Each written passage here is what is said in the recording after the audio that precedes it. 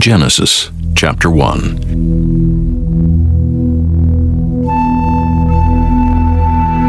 In the beginning God created the heaven and the earth was without form and void, and darkness was upon the face of the deep. And the Spirit of God moved upon the face of the waters. And God said, "Let there be light."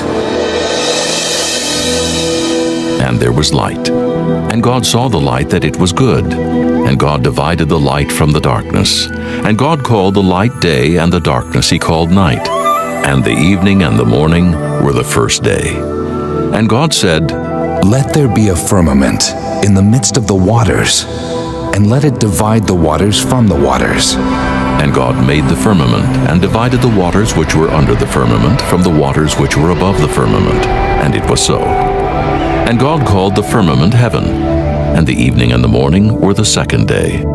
And God said, "Let the waters under the heaven be gathered together unto one place, and let the dry land appear." And it was so.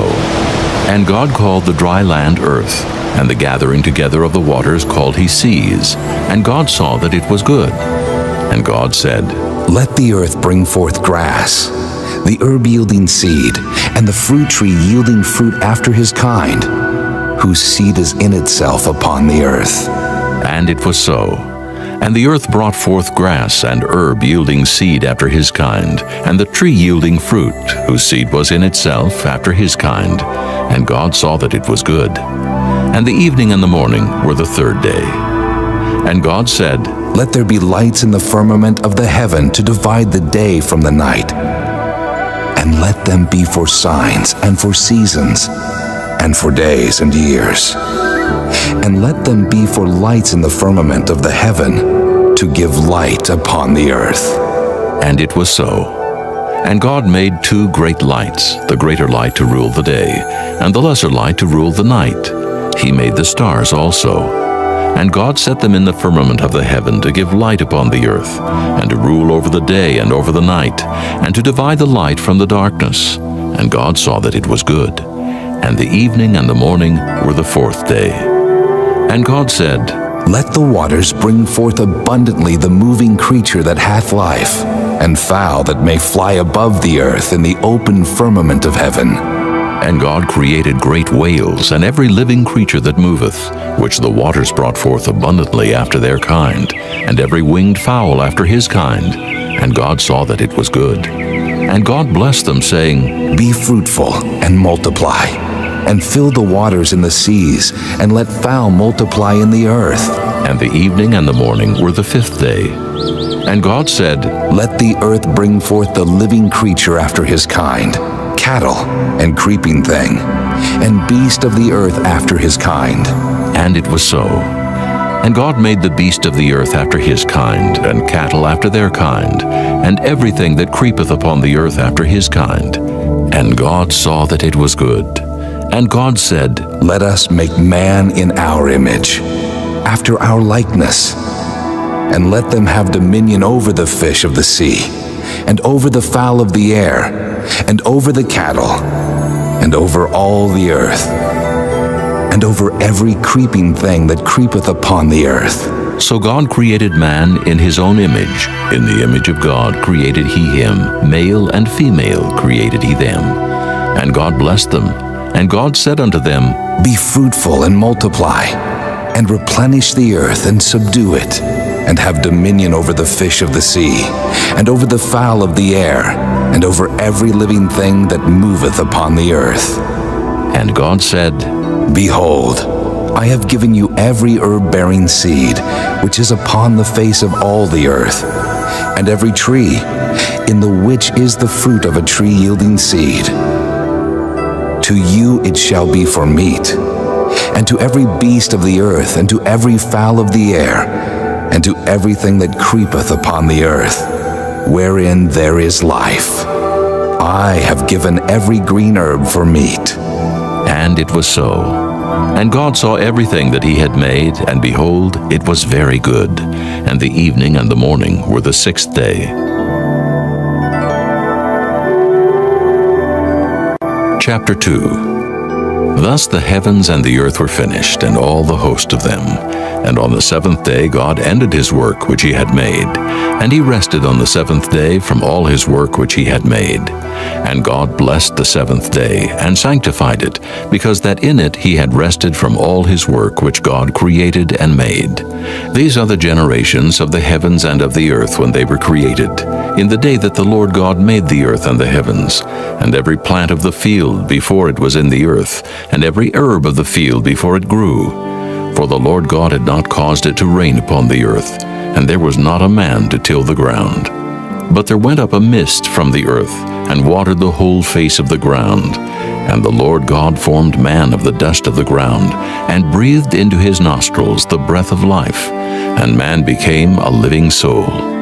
And the Lord God planted a garden eastward in Eden, and there he put the man whom he had formed. And out of the ground made the Lord God to grow every tree that is pleasant to the sight, and good for food, the tree of life also in the midst of the garden, and the tree of knowledge of good and evil. And a river went out of Eden to water the garden, and from thence it was parted, and became into 4 heads. The name of the first is Pison, that is it which compasseth the whole land of Havilah, where there is gold, and the gold of that land is good. There is Delim, and the onyx stone. And the name of the second river is Gihon. The same is it that compasseth the whole land of Ethiopia. And the name of the third river is Hiddekel, that is it which goeth toward the east of Assyria. And the fourth river is Euphrates. And the Lord God took the man, and put him into the garden of Eden to dress it and to keep it. And the Lord God commanded the man, saying, Of every tree of the garden thou mayest freely eat, but of the tree of the knowledge of good and evil thou shalt not eat of it. For in the day that thou eatest thereof, thou shalt surely die. And the Lord God said, It is not good that the man should be alone. I will make him an helpmeet for him. And out of the ground the Lord God formed every beast of the field, and every fowl of the air, and brought them unto Adam to see what he would call them. And whatsoever Adam called every living creature, that was the name thereof. And Adam gave names to all cattle, and to the fowl of the air, and to every beast of the field. But for Adam there was not found an helpmeet for him. And the Lord God caused a deep sleep to fall upon Adam, and he slept. And he took one of his ribs, and closed up the flesh instead thereof. And the rib which the Lord God had taken from man made he a woman, and brought her unto the man. And Adam said, This is now bone of my bones, and flesh of my flesh. She shall be called woman, because she was taken out of man. Therefore shall a man leave his father and his mother, and shall cleave unto his wife, and they shall be one flesh. And they were both naked, the man and his wife, and were not ashamed. Chapter 3. Now the serpent was more subtle than any beast of the field which the Lord God had made. And he said unto the woman, Yea, hath God said, Ye shall not eat of every tree of the garden? And the woman said unto the serpent, We may eat of the fruit of the trees of the garden, but of the fruit of the tree which is in the midst of the garden, God hath said, Ye shall not eat of it, neither shall ye touch it, lest ye die. And the serpent said unto the woman, Ye shall not surely die. For God doth know that in the day ye eat thereof, then your eyes shall be opened, and ye shall be as gods, knowing good and evil. And when the woman saw that the tree was good for food, and that it was pleasant to the eyes, and a tree to be desired to make one wise, she took of the fruit thereof, and did eat, and gave also unto her husband with her, and he did eat. And the eyes of them both were opened, and they knew that they were naked. And they sewed fig leaves together, and made themselves aprons. And they heard the voice of the Lord God walking in the garden in the cool of the day. And Adam and his wife hid themselves from the presence of the Lord God amongst the trees of the garden. And the Lord God called unto Adam, and said unto him, Where art thou? And he said, I heard thy voice in the garden, and I was afraid, because I was naked, and I hid myself. And he said, Who told thee that thou wast naked? Hast thou eaten of the tree whereof I commanded thee that thou shouldest not eat? And the man said, The woman whom thou gavest to be with me, she gave me of the tree, and I did eat. And the Lord God said unto the woman, What is this that thou hast done? And the woman said, The serpent beguiled me, And I did eat. And the Lord God said unto the serpent, Because thou hast done this, thou art cursed above all cattle, and above every beast of the field. Upon thy belly shalt thou go, and dust shalt thou eat all the days of thy life. And I will put enmity between thee and the woman, and between thy seed and her seed. It shall bruise thy head, and thou shalt bruise his heel. Unto the woman he said, I will greatly multiply thy sorrow and thy conception. In sorrow thou shalt bring forth children, and thy desire shall be to thy husband, and he shall rule over thee. And unto Adam he said, Because thou hast hearkened unto the voice of thy wife, and hast eaten of the tree of which I commanded thee, saying, Thou shalt not eat of it. Cursed is the ground for thy sake. In sorrow shalt thou eat of it all the days of thy life. Thorns also and thistles shall it bring forth to thee, and thou shalt eat the herb of the field.